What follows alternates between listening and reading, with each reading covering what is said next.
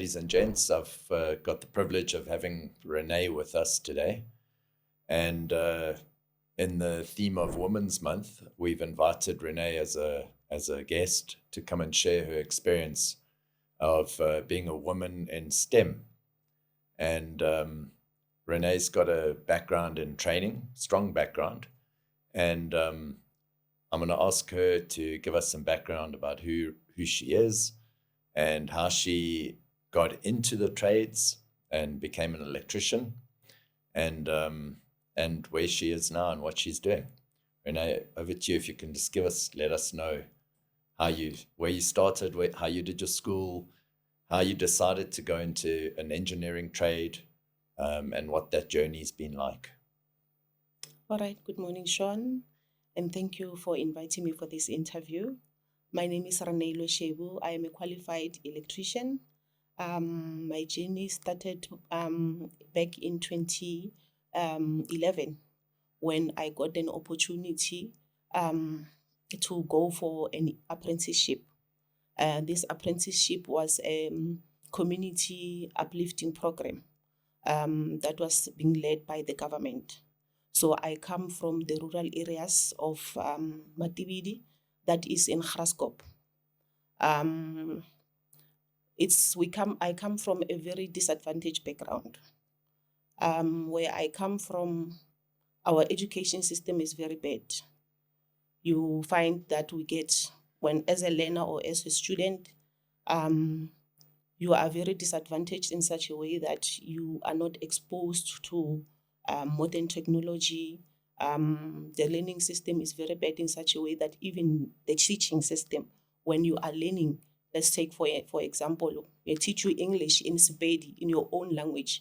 So it was very difficult for us to speak English. I only started speaking English when I went to the university, because then I was forced to speak English because that was the only medium of communication that you could use between yourself and the lecture.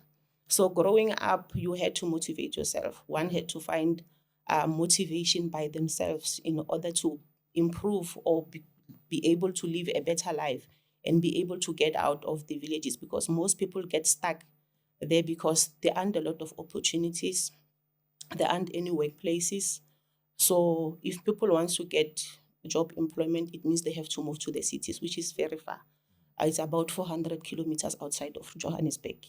So I was lucky. I had sisters and brothers which were already in Emalahleni. So when I finished my matric in 2005, 2006 January, I moved to Witbank. And my sister, because I actually wanted to do law. My sister said, because I couldn't afford to go and study outside of where my family was living. So I couldn't go to Limpopo because that's where I would find institution that would offer law. So she said to me, no, better you try something else, because where we are staying, there are a lot of job opportunities in relation to engineering. Try something in engineering and see how far it goes. And that's how I got into the engineering sector. And then we went to the Tshwane University of Technology. We enrolled there for electrical engineering program. But because my matric results weren't so good, they started me off on a foundation program in order for me to close the gaps. So that's how I started. And then I was in that program for a year. And then it was very difficult because I couldn't even get a bursary. So I was dependent on my parents and my sister to cover the tuition fees and everything. So it was difficult. I passed the first year. And then when I started off with my semester one, the following year, now I had issues because my father was a pensioner. I couldn't afford to pay fees. So I had all other kinds of challenges. I also felt sick, so I couldn't finish my program. I finished my program on S2, semester 2. I completed the S2. So when it was time for me to go to S3, there was no money. I had to go back home. And then that was in 2008, December. Then I went back home. And at the time, I was also pregnant because I think because of not having the proper education and awareness, I ended up, I ended up thinking that being in a relationship or having a boyfriend as a support system would help better or get me a better opportunity at getting exposed or even access to some other things like your sanitary products, because most of the time I would struggle for that. I would struggle to get money for transport to go to school. I went to school, I didn't even have lunch money. So I ended up resorting to having a boyfriend. And in the process, I ended up getting pregnant. So in February of 2009, I was at home already. I left with bank. I went back home and then I had a kid. My firstborn is a girl. So that's when I had a child. Lucky for me, I managed to find a work as a cashier at the Mpumalanga Tourism and Parks Agency. So I worked there from 2009 until 2011, when now the people from the Mpumalanga government came with this program. They wanted to do to offer learnership to the people with matric, not necessarily people who had any exposure to the higher education institution, but anyone with matric who was interested to go for welding, plumbing, those type of learnerships. So at the time, I was still working for the Mpumalanga Tourism Agency and I couldn't get time off. So I asked my mother to take my CV on my behalf. When she went there, it so happened that they said they must write the test. My mother wrote that test on my behalf and I got into the program. They called me. They said, no, you have been selected to go for this program. And it's for the electrical engineering. It's going to be an apprenticeship. But we were initially supposed to go to Mpumalanga in Witbank for off the job to go into the institution. But then unfortunately, I don't know what happened. We ended up going to Standerton. And then in 2011, September, we started off with the program. So we were like, you were offered also accommodation, meals and everything. So that way I didn't struggle. Otherwise, I wouldn't have been part of that program. So we were offered a place to stay. We were offered a meal. So even though the stipend was very small, at the time I was getting 1,000 for the stipend. So it was a 2.5 year program.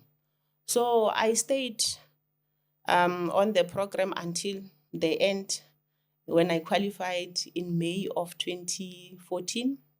And then after becoming an electrician, it was not easy finding work. I went home. I think maybe one of the reasons why it was not easy, maybe is because I was, when you are a woman, you struggle to get into the engineer, especially without any background. Yes, that's when I went back home because I couldn't really afford to stay anywhere in order to look for a job. So I just had to go back home. So I was busy sending out emails. But then in September, beginning of October, I was called by the very same Hertzebande TVET College. We were trade tested at the Gijima Trade Test Center in Middelburg. So because the training center at Hertzebande was only accredited to offer the training, but not for trade test. So we trade tested outside. So when they called me back, they said, no, we want you to come and be part of us. We want you to come and be a workshop assistant so that we can give you exposure towards the training and development. So I said, no, it's fine. I'll be glad to come. And that's how I started. I went there. We had an interview. I was interviewed. More or less, what year was that, Renee? It was in 2014, October. Yeah. Yes. And then when I got there, because there was other people that were skeptical about my appointment, they said, no, then it's better for you to go for an interview first. Then I was interviewed. They offered me a place to stay at the time because I couldn't afford traveling. And the only relation I had was in Witbank. So even traveling from Witbank to Standerton was going to be expensive for me. So they gave me a place to stay in the meantime. And then I was interviewed. And then after a few days, they gave me feedback to say, okay, I can start on the following week on Monday. Then it's fine. That's how I started. I worked as a workshop assistant. But even at the time when I was working as a workshop assistant, it so happened that one of their facilitators passed on. So it was a challenge for them to get, because back in the day, it was difficult to get assessors and facilitators. because most people think that there isn't money in the training sector, so they prefer to be more in the industries. So it was a challenge for them to get a facility. So here and there, I would facilitate classes. Here and there, I would assist making sure that the workshop is ready for each training. There is enough consumables and materials needed for the day, ensuring that there was good housekeeping and that the workshop was well maintained. And then in January of 2015, then they said, no, we are going to appoint you on a full-time basis. You are going now to become a facilitator. We'll give you the necessary training. They took me for facilitator training, assessor training, and moderator training. And I'm grateful for that opportunity because it has paved a way to where I am today. Yeah, so that's how I became an electrical instructor. Working as an electrical instructor without any industry background, it's very difficult. It's challenging because you are teaching and preparing people to go and be part of the industry which you have never been part of. So in a way, you have now to challenge yourself. You have to make sure that each day when you go to class, you are fully prepared. Because some of the people that you are going to be training are actually have been in the industry. It's just that they lack formal training. So they are just coming to close that gap. Yeah. So now you are the one to make sure that even with that little or no industry background, you teach yourself so that you can be able now to relate. Because sometimes they would come to you, they would give you an issue, or they would give you an issue that they have experienced maybe in the industry, which they were not able to fix. Now they want to know how you would go about solving that problem so that at least when they go back, they have an idea of how to tackle that problem. So now you have never been outside. So it means you have to do research every day. Find out how these tasks that we do on simulation during the training, how do they align or how do they fit in the industry? Because, when we are working in the classrooms or during our practical sessions, we work on a small panel. We call it the control panel, where the learner is expected to do wiring themselves, but we teach them on how to demonstrate an ability to read and interpret electrical drawings. We use universal language to read and identify electrical symbols so that even when they go to the workplace, it will not be that difficult for them to align with the standards of the industries, but taking into consideration that we are or have to comply with one standard, which is the same throughout. It doesn't matter whether you are in the mining industry, whether you are in the manufacturing, the standard is the same. Yes, we have rules and regulations that are different here and there, but the standard remains the same. We have the same color coding for wiring of panels or installations, which is the same throughout. We have the same standard or regulation for the voltages for both single phase and three phase. If a learner has that foundation, whether they are in the water and energy sector, whether they're in the manufacturing or in the mining, it will not be difficult for them to change to any other type of industry should it happen that they are not able to be taken in or absorbed in the industry in which they get training from. Yeah. And Renee, you managed to get some industry experience as well. Yes. Can you share a bit more information about that? Yes. So in March of 2021, I got an employment at the National Ceramic Industries, which is a manufacturing company. The branch where I was at, they are manufacturing wall tiles. So it's an automated industry. Most of the equipment are automated. In the learning environment, we learn that when goods are being manufactured, they go through different stages of manufacturing, obviously from the raw material up until the last stage, which during the training phase, we use what we call sequence status. I'm just going to give an example. Right. So that we have one operating or one control panel which operates different motors within the different section of the manufacturing process. But then once I got there, now I was exposed to this automated. Now they are using programmable logic controllers. They are using variable frequency drives. It's no longer the sequence status that I was used to from the trading. Right. And then I immediately had to switch. It's a challenge because now you are in this industry you've never been, and you just have to be there and be proactive, be able to solve issues. Because one of my job description was also for me to be able to assist the people when they were having problems with doing maintenance. Because you find that we have artisans that take longer than is expected to actually solve breakdowns.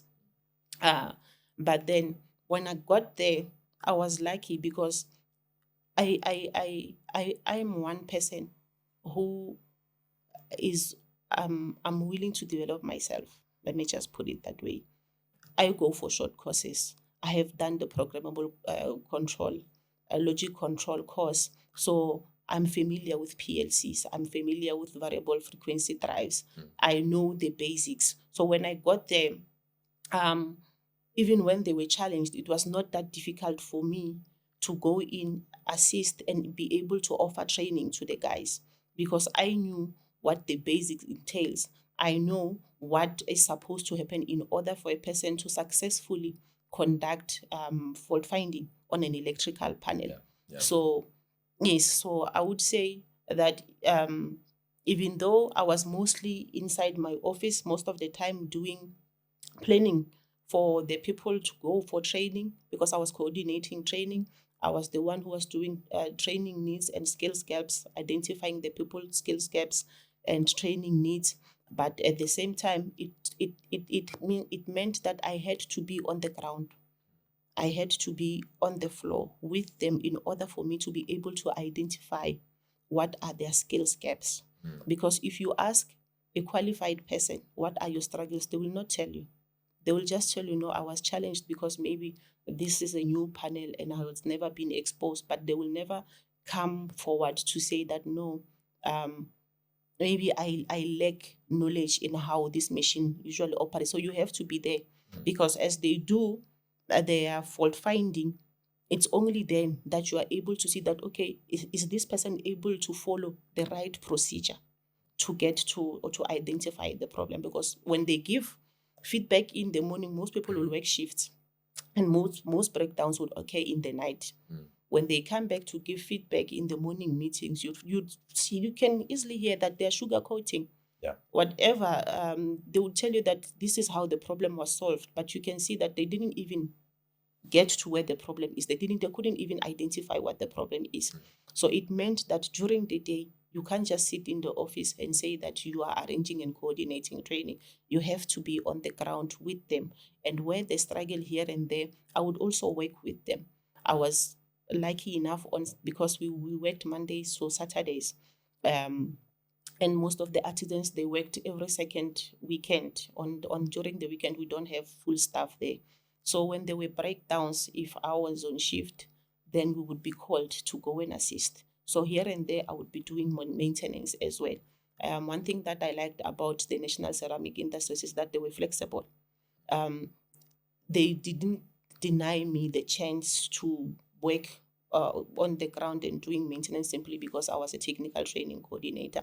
And whenever they felt that they had shortfalls, they would also call me to come and assist, or maybe even want to hear what I think the problem might be. So I loved that about being Fantastic. in the industries, because I was not denied the chance to expose my knowledge and my expertise. So Renee, just moving backwards and slightly off the technical aspects of the trade, you obviously had a very difficult journey when you started. I mean, you sound like a person with a tremendous grit and determination, and I applaud you for that. It's amazing what you've done. What I do want to quickly examine or understand is is your role in the industry as a woman, and as a woman entering into a STEM-related environment. What are some of the challenges you experienced, and how do men receive you as a woman in that space? Um, I can say it was challenging, but at the same time, it was fun. I always look for opportunities in every situation, whether good or bad. So when I first started, when I was still doing my apprenticeship, I was lucky. I was working with only male or only men. So the men that were mentoring me, they would always tell me or ask me this question: Do you see yourself as a woman? I said yes. I would say yes. I'm a woman. They said if you treat yourself as a woman, you are going to struggle to get into um, this industry, because if people perceive you as a woman, they would tend to think that you don't have the right strength or skills to can perform the job. They would always look down on you. So when you are on the job, be part of the team. Don't say, but I am a woman, I can't do this, and I can only do that. If they say here is a task, if you see people going to do the job, or if you are the one that has been instructed to do the job, as long as it is within part of your scope, do it. And that was the mentality that I carried, because they were always motivating me. And they were exposing me to all kinds of jobs. They never said, but because you are a woman, you can't. We would dig trenches so that we can lay in and install cables.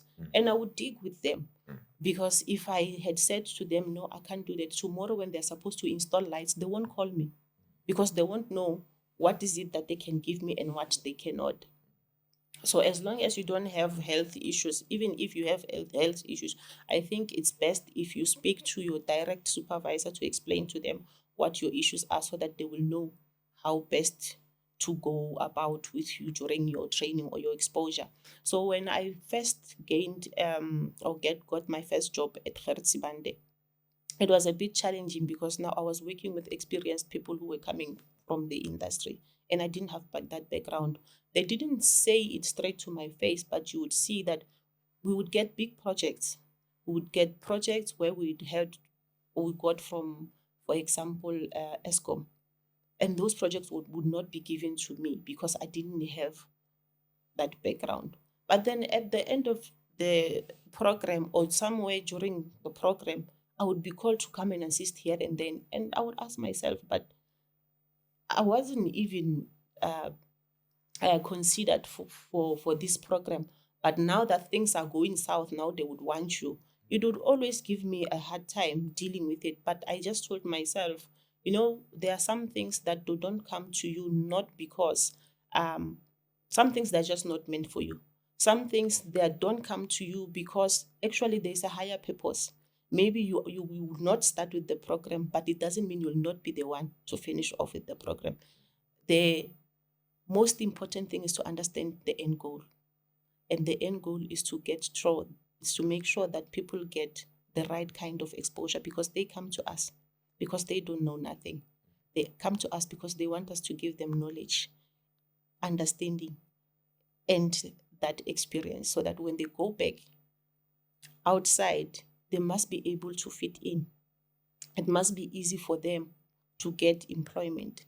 So that is what is important. It doesn't matter whether I am considered for a certain role or not. So you just have to be strong. You just have to tell yourself that each morning when you go to work, you are just going there to work, not for people to like you, not for people to consider you. Always empower yourself. If they are not considering you because you lack something, work on that. Yeah. Don't try and hold it against people to say, but to yesterday you said I didn't have the relevant experience, but today you want my help. No, work on that. Try and find ways on how to improve on that gap, because they might see it as a gap, see it as an opportunity. Work on it so that tomorrow when they come, you will say, you can be able to demonstrate to say, but I know this thing. Yeah. And have you had situations where you've experienced direct discrimination because you're a woman, and at all? No. Not? No. Oh, you're Yeah. fortunate. You're very Yeah. fortunate. No, but I can say, yes, I was harassed at some point when I was still doing my apprenticeship, but because I didn't have the knowledge, I didn't know, I didn't take it as harassment, but it affected me because we were using public transport from where we were staying to the workplace. So one day when I was about to get off the bus, there was this guy, and then he just touched on my bum. And then I turned and looked at him. He just looked at me and then he smiled. He didn't even apologize. And it was intentional. You can see that it was intentional because it was like I cried for the whole day. I explained it to my supervisors. I didn't understand because at the time I wasn't aware of this sexual harassment, as I'm saying, from my background. I wouldn't even know what sexual harassment is just up until recently now. So, but it affected me. So when I think back about it, I can see that it was actually really a serious offense. Was. Yeah. So, but that was just the only incident that I Okay. can say I've encountered. I've spoken to a lot of people in the mining industry, and there are big challenges for women in those spaces. Yeah. If you had to, because it's Women's Month, and we're talking about women in STEM, if you had to give advice to young women out there who are considering entering the trades, and there are many young women every year, there are more and more women coming through. I'm sure you've seen it as well. What advice would you give young women going forward? I would say to every woman that wants to gain entry into the engineering industry, I would say to them that it is only by determination and hard work. It is only by being independent and having trust in yourself that you can do it, because it's not going to be easy. Yes, people don't perceive us the same way. You might be lucky that you gain easy access into the industry. As for myself, I wasn't very easy. It wasn't very easy because I also wanted to go work in the industry before.